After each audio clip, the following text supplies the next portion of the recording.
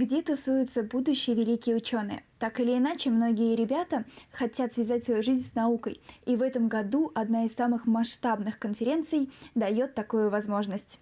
В Уфимском авиационном университете проходит 13-я Всероссийская молодежная научная конференция «Мавлютовские чтения».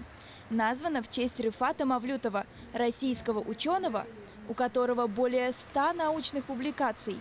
В свое время Рифат Рахматуллович преподавал в УГАТУ. На одной из секций будут заслужены доклады уфимских школьников. А расскажи, как попасть на эту конференцию? Мои научные руководители отправили мне летом, получается, ссылку, и я подготовила свой проект, под нормы его немножко переделала и отправила. И потом мне где-то через неделю-две пришло приглашение уже. Расскажи, пожалуйста, про свой проект. Мой проект — это физические приборы через платформу Arduino с выходом на приложение для смартфона.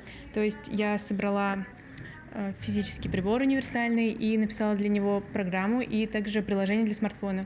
И он вычисляет расстояние до предмета, освещенность и температуру и передает значение на приложение телефона. Участников моего возраста определили в две отдельные секции – гуманитарную и научную. Ребята создают такие новаторские штуки, защищают доклады со сложными названиями, что мне самой стала интересна наука.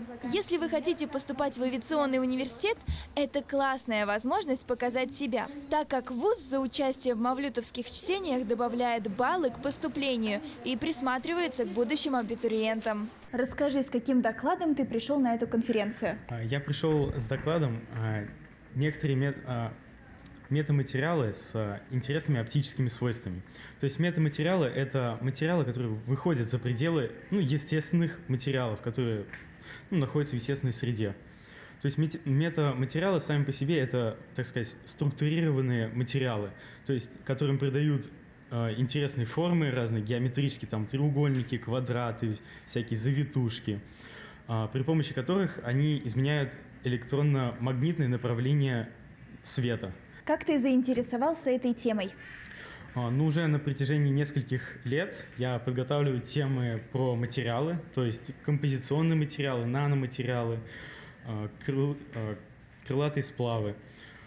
Пришел к этой теме, потому что я работал в радиотехническом кружке, и мы там работали с различными материалами, там дерево, пластик, и я подумал, что будет, существуют ли такие материалы, которые скрещивают различные возможности материалов, то есть дерева и пластика. Представители Уфы, Москвы, Рыбинска, Владивостока, Казани и Самары собрались в одном месте для изучения актуальных вопросов в разных областях.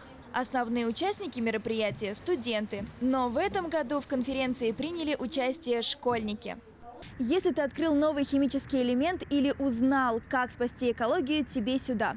Участвуя в мавлютовских чтениях, ты сможешь поделиться своими результатами, получить обратную связь и познакомиться с будущими коллегами. Эвелина Тангатарова, Руслан Бикбаев. Специально для Горы новостей.